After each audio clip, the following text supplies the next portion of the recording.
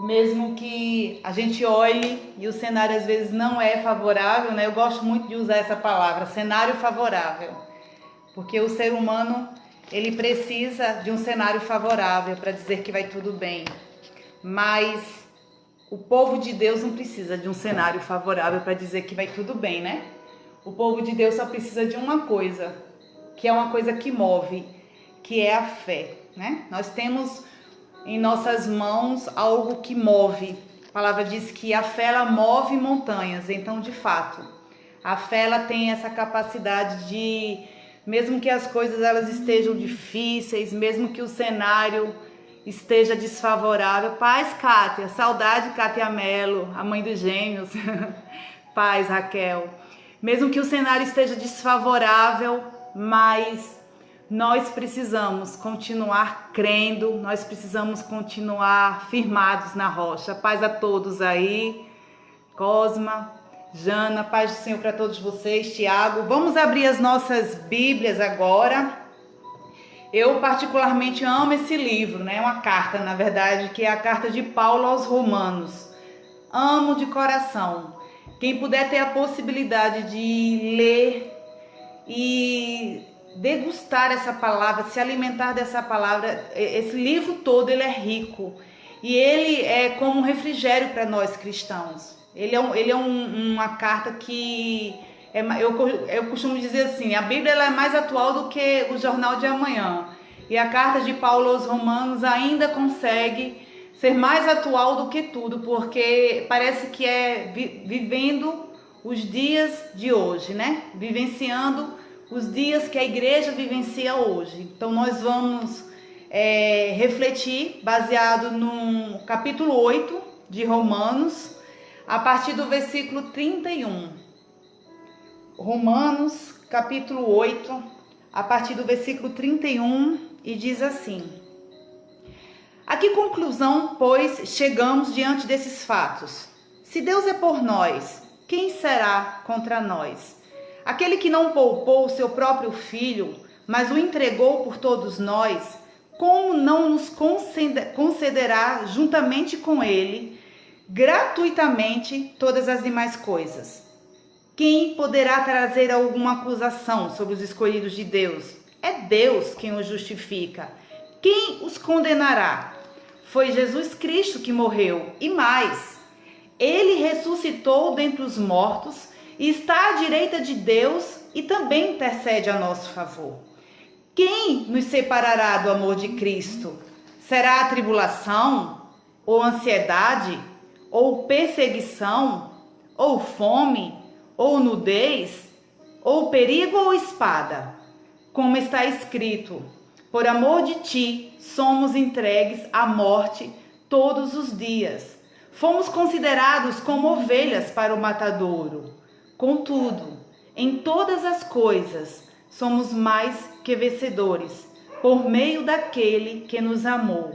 Portanto, estou seguro de que nem morte, nem vida, nem anjos, nem demônios, nem o presente, nem o futuro, nem quaisquer poderes, nem altura, nem profundidade, nem qualquer outra criatura poderá nos afastar do amor de Deus que está em Cristo Jesus, nosso Senhor. Aleluia!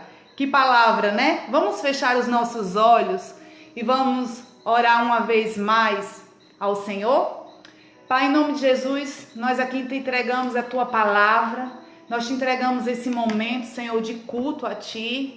Como o pastor mesmo falou, nós aqui não estamos, ó Deus, por conta de maioria.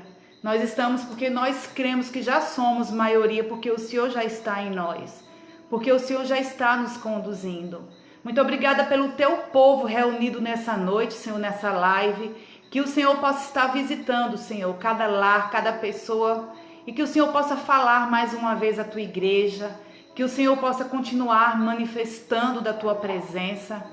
Muito obrigada, Deus, porque a tua palavra nos garante que quando nós clamamos pela tua presença, a tua palavra nos garante, Senhor, que quando nós te chamamos, tu és tão real Tu és alguém tão real e tão maravilhoso que o Senhor vem. E eu te peço, Espírito Santo de Deus, que Tu possas visitar a nossa vida, que Tu possa visitar cada lar, cada casa, Senhor, reunida, cada família reunida nessa noite. Que o Senhor possa falar e trazer vida, Senhor, essa palavra que é Tua, essa palavra que é suficiente, essa palavra que pode ir de encontro, Deus, aos corações da Tua igreja. Ah, Senhor, Tu sabes exatamente a demanda da Tua igreja. Tu sabes exatamente, ó Senhor, o que cada um necessita. Tu sabes, ó Deus, a porção que cada um de nós necessita. E eu me coloco, Senhor, à disposição para que o Senhor possa gerar vida através da minha vida, para que o Senhor possa usar os meus lábios e a minha mente. Ah, Senhor, Tu conheces, Tu me conheces, Tu sondas o meu coração, Tu que esquadrinhas os meus pensamentos, Tu que sabes exatamente das minhas limitações, Tu que sabes, ó Senhor, das minhas fragilidades. Ah, Senhor, como é bom porque o Senhor não necessita da minha capacidade. Como é bom porque o Senhor não necessita de nenhuma forma de aprimoramento meu, mas porque o Senhor usa quem quer e como quer, porque o Senhor ama a sua igreja, que é essa igreja que é chamada pelo Teu nome, e porque o Senhor a ama, e porque o Senhor a deseja, e porque o Senhor a acolhe, o Senhor fala.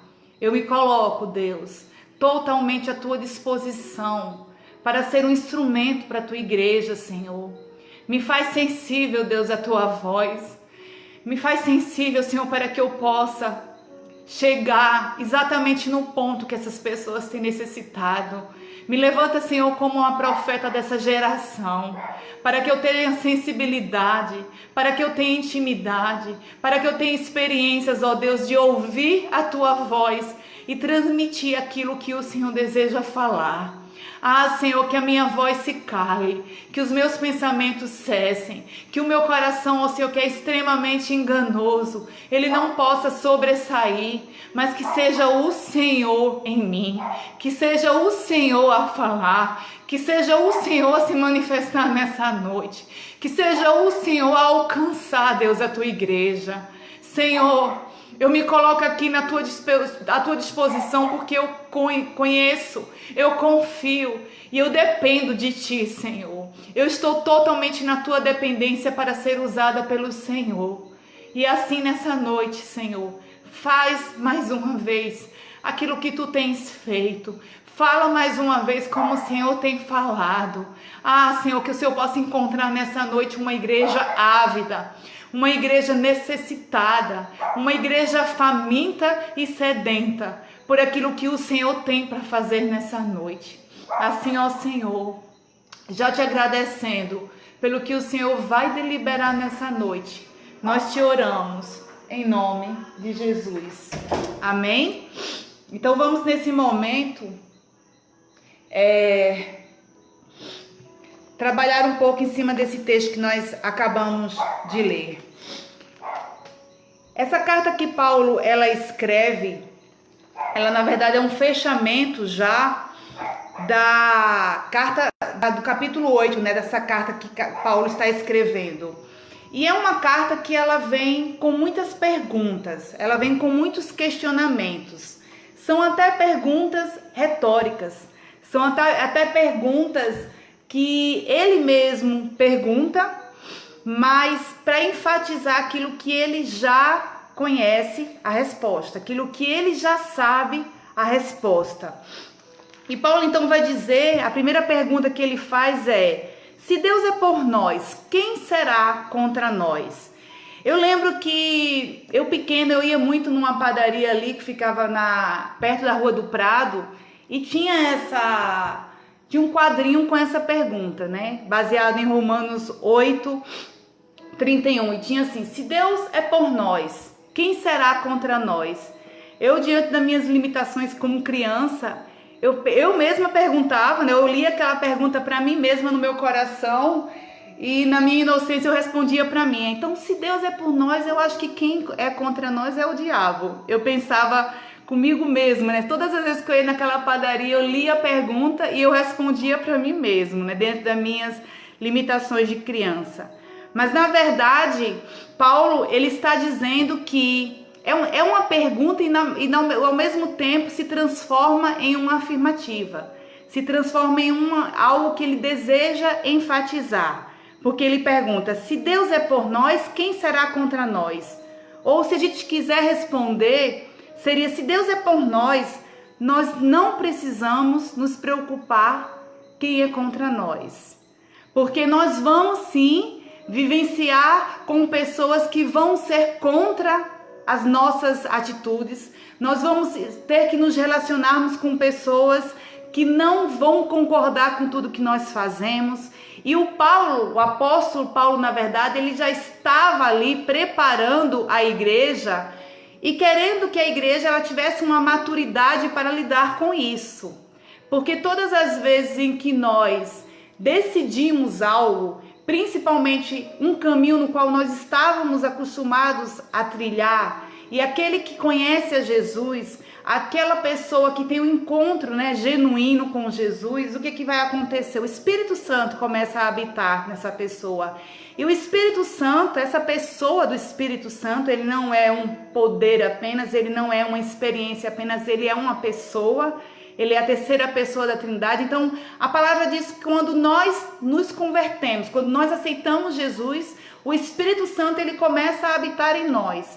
E qual é o papel do Espírito Santo em nós? Nós nos transformamos templo desse Espírito Santo e Deus habitando em nós, ele começa agora a nos instruir, a nos convencer de todas as coisas que nós fazíamos, que deliberadamente nós pecávamos, deliberadamente nós transgredíamos, e que quando Deus começa a habitar em nós, ele começa a nos mostrar que o caminho que nós fazíamos, que as palavras que nós tínhamos, o vocabulário que nós usávamos, as pessoas às vezes com quem nós andávamos, nos relacionávamos, a forma como nos vestíamos, a forma como nos portávamos, não era uma forma que agradaria mais a Deus. Então o próprio Espírito ele começa então a nos convencer, Uma das funções do Espírito Santo é essa, convencer o homem do pecado, da justiça e do juízo. E automaticamente todo aquele que toma uma decisão por Cristo, ele começa a travar uma batalha nele. Por quê? Porque ele começa a travar agora uma batalha pessoal, dentro daquilo que ele fazia, ele já não quer mais fazer. Ele não deseja mais fazer, porque ele sabe que aquilo que ele fazia não agradava a Deus. E agora como uma nova criatura, porque a palavra vai dizer que eis que as coisas velhas ficaram para trás e tudo se fez novo. Então alguém que tem de fato esse encontro com Cristo, ele já não admite mais andar como andava, ele não admite mais falar como falava e às vezes até não caminhar mais ao lado de pessoas que ele caminhava. E esse choque, então, vai acontecer nos relacionamentos. Nós vamos agora de encontro a muitas pessoas que não vão concordar com o nosso novo estilo de vida. Nós vamos agora ir de encontro a muitas formas que nós vivíamos, e pessoas que nós convivíamos, que vão bater de frente conosco. E Paulo estava dizendo, olha, vocês não precisam se preocupar com isso, porque se Deus é com vocês, se Deus é conosco, não tem ninguém que seja mais contra nós. Ou seja, não interessa mais quem seja contra nós. Vão se levantar pessoas que vão tentar apontar para você o seu passado. Vão se levantar pessoas que vão dizer assim, agora você está dizendo que você vai para o céu, que você é crente porque você coloca uma Bíblia embaixo do braço e você se torna agora, acha que se tornou agora diferente da gente. De fato, nós agora vamos trilhar um novo caminho agora de santidade, O pecado, ele se torna agora não mais uma prática habitual, não mais uma prática frequente, mas um acidente de percurso, porque agora nós vamos ter compreensão sobre o que é pecado e nós vamos ter responsabilidade sobre os pecados que viermos a cometer. Mas o mais lindo nisso tudo é que mesmo Paulo tentando e desejando advertir a igreja de Roma, para os romanos, ele vai falar exatamente também uma palavra que vai acalentar o coração dele para as possíveis perseguições, para as possíveis críticas, para as possíveis pessoas que poderiam tentar condená-los por eles agora estarem tendo uma nova forma de viver, por eles adotarem novos hábitos. Então, o que Paulo estava dizendo e que Deus quer falar para mim e para você nessa noite é: Deus não se surpreende com aquilo que nós fizemos, porque Ele conhece o meu e o seu passado. Deus, mesmo sabendo do nosso passado, mesmo conhecendo quem nós éramos, quem nós somos e como nós vamos ser, ainda assim, Ele desejou nos amar. Ainda assim, Ele desejou nos resgatar. Porque no versículo 32 vai dizer: aquele que não poupou o seu próprio filho, mas o entregou por todos nós, entregou por mim e por você, como não nos concederá juntamente com ele, gratuitamente, todas as demais coisas? Paulo está dizendo: olha, esse Deus que olhou para mim e para você, conhecendo as nossas limitações, conhecendo os nossos pecados, conhecendo as nossas transgressões, Deus sabe exatamente o que nós fizemos. Nós não precisamos de ninguém nos condenando por quem nós fomos. Nós não precisamos de ninguém apontando o dedo para nos relembrar do nosso passado, porque nosso passado nós conhecemos muito bem. E hoje aquela pessoa que de fato é nova criatura, ela não se alegra mais com o seu passado. O seu passado serve para que ela olhe para ele e não deseje mais repetir os mesmos erros, porque aquele que está em Cristo, nova criação é. E se nós somos nova criação, logo, as coisas velhas precisam ficar de fato para trás. Às vezes as pessoas têm uma tendência a olhar para Deus como um condenador, como alguém que vai lembrar do nosso passado e está todos os dias olhando, dizendo: olha, cuidado para você não cair, porque há 2 anos atrás, 6 meses e 4 dias, você fez isso. Não! Eu costumo usar essa frase: Deus tem um problema muito grande com o passado. Como assim? Porque o do passado, do nosso passado, Ele não lembra mais. E não há nada, absolutamente nada que nós fizemos, ou que nós até podemos vir a fazer novamente, que venha surpreender a Deus. Ele já conhece as intenções do nosso coração. Deus não foi pego de surpresa quando Adão e Eva comeram do fruto no qual Ele havia proibido, no qual Ele havia instruído para que eles não comessem. Ele não foi pego de surpresa. Então, quando Deus nos alcançou, quando Deus nos chamou, quando Deus deu de forma deliberada e gratuita o seu único filho, Ele sabia exatamente por quem Ele estava fazendo isso. Ele sabia exatamente para quem Ele estava fazendo isso. Havia uma finalidade nisso tudo. Então, eu e você somos o resultado dessa justificação. E hoje eu queria trabalhar em cima de 3 palavras que eu e você hoje temos acesso. E a primeira palavra é justificados. Nós hoje somos justificados. Justificados porque hoje nós não precisamos mais pagar o preço, pagar a penalidade, sermos agora, não é mais, é necessário para que nós venhamos a pagar pela pena, sejamos penalizados pelos erros que nós cometemos, porque Deus deu o seu único filho para que Ele fizesse isso por mim e por você, para que eu e você pudéssemos ter acesso a Deus, para que eu e você tivéssemos os nossos pecados cancelados e para que eu e você pudéssemos agora sermos justificados pela morte de Jesus na cruz do Calvário. Vocês estão entendendo isso? Então, se Deus, o Pai de Jesus, é por mim, se Deus é por você, quem pode se levantar contra você? Quem pode vir com qualquer nível de acusação sobre você? Porque Ele já lhe conhecia, porque Ele já sabia exatamente quem você era, porque Ele sabe exatamente quem você é e Ele sabe exatamente as suas limitações nele. Você está entendendo isso? Então a primeira palavra é: nós somos justificados porque de forma gratuita Deus entregou o seu Filho para que pudéssemos ter vida nele e vida em abundância.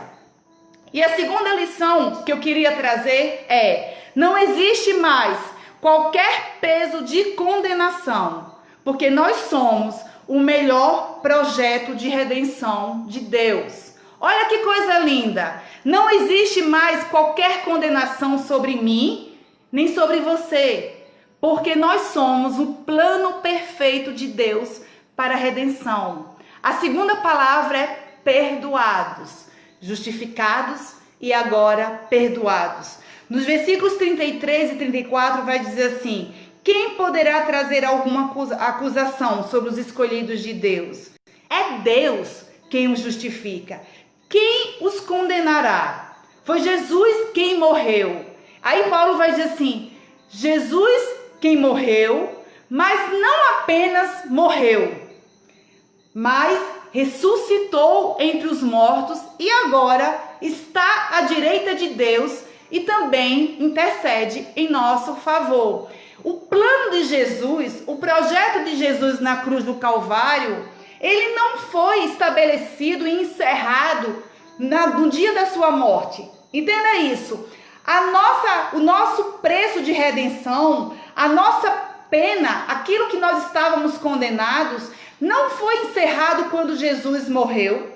Não foi encerrado também depois de 3 dias, quando ele ressuscitou e venceu a morte.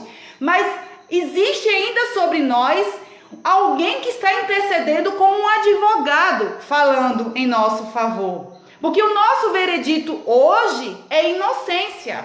Nós hoje somos defendidos por Jesus Cristo, que está sentado à direita de Deus, intercedendo em favor de nós. Todos nós merecíamos a pedra do apedrejamento. O que Paulo está dizendo é o seguinte: isso quer dizer que nós não temos mais condenação, que nós não somos mais condenados. Não, nós merecíamos sermos condenados. Nós merecíamos sermos penalizados.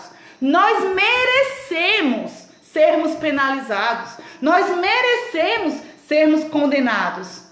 Mas esse perdão, essa forma deliberada de Deus em Jesus, nos trouxe a possibilidade de, como se estivéssemos de fato num tribunal, e enquanto alguém estivesse apontando o dedo, nos acusando pelos nossos delitos, nos acusando por tudo aquilo que nós fizemos, se levantasse então o melhor advogado, o bom advogado, e olhasse para o bom juiz e dissesse assim: não, ele até merece a morte, ele até merece a pena de morte, ela até merece pagar o preço pelo delito dela, ele até merece ser condenado pelas transgressões dele, mas eu já fiz isso por ele. Eu estou diante do Senhor, bom juiz, e estou me colocando agora em favor dele, porque eu já fiz por ele.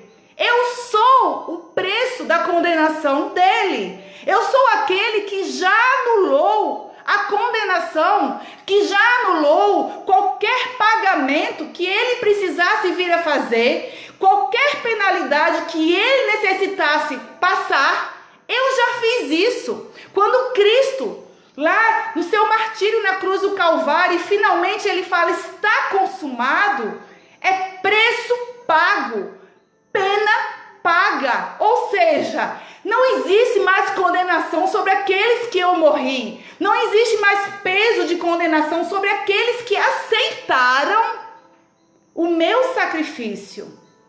Porque embora Jesus tenha morrido por todos, mas é necessário que todos aqueles venham a reconhecer o seu sacrifício e venham a aceitá-lo. Aceitando o seu sacrifício, reconhecendo que nem pelas suas próprias obras, nem tampouco pelas suas boas ações, que nós vamos herdar, que nós vamos merecer estarmos com Deus. Mas é exatamente por nós sermos pecadores, exatamente por nós merecermos o peso da condenação, exatamente por nós merecermos o veredito, nós estamos agora justificados. Nós estamos agora perdoados, porque Ele já pagou o preço da nossa redenção, porque Ele já nos justificou diante de Deus. Amém, igreja? E a terceira lição que eu queria trazer nessa noite é que o amor de Deus, ele alcança, ultrapassa e nos possibilita sermos vencedores, amados, justificados, perdoados e amados. Paulo vai dizer assim no versículo 35: quem nos separará do amor de Cristo? E aí ele vai citar algumas situações que eu e você vivemos. Se não já vivemos, estamos vivendo ou vamos viver. E eu acho muito interessante porque Paulo vai falar exatamente de situações que humanamente nos fariam perecer, que humanamente nos fariam nos separar de qualquer pessoa que nós tivéssemos uma aliança. Vocês estão entendendo isso? Quando nós estamos na hora do ritual do matrimônio, o líder religioso, aquele que está ministrando o casamento, ele faz uma pergunta para nós. Ele fala assim, ele faz a gente repetir, né? Os noivos repetem então: você promete ser fiel à sua esposa na doença e na saúde, né? Você promete na pobreza e na riqueza?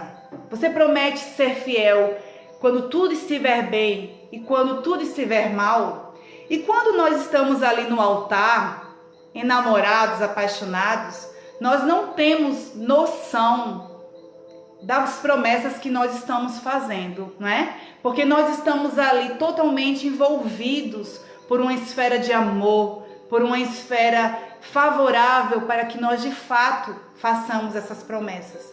Só que os dias maus chegam no relacionamento, os dias maus vão bater a porta de um casal. E aí o que acontece?